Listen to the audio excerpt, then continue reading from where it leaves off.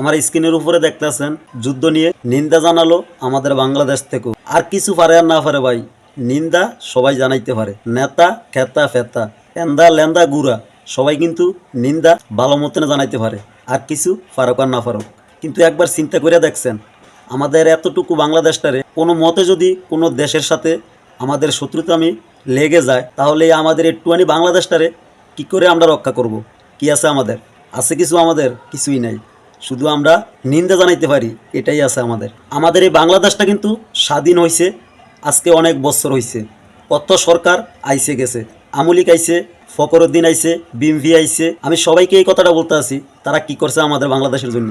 20 কোটি জনগণের কাছ থেকে তারা কিন্তু ঠিক মতনই তাদের ট্যাক্স নিতে আছে, কিন্তু আমাদের এই 20 কোটি মানুষকে রক্ষা করার জন্য তারা কি করছে? কোনো একটা যন্ত্র কিনছে যাবো, কি করে বাংলাদেশের মানুষের নিরাপত্তা দিব, তারা কি কখনো ভাবছে? কেউই ভাবে নাই। কোনো একটা যন্ত্র বাংলাদেশে কিনছে যাবো, কেউই কিনে নাই। কারণ আমাদের বাংলাদেশে যেই আসুক নিজের স্বার্থের জন্য প্রধানমন্ত্রী হয়।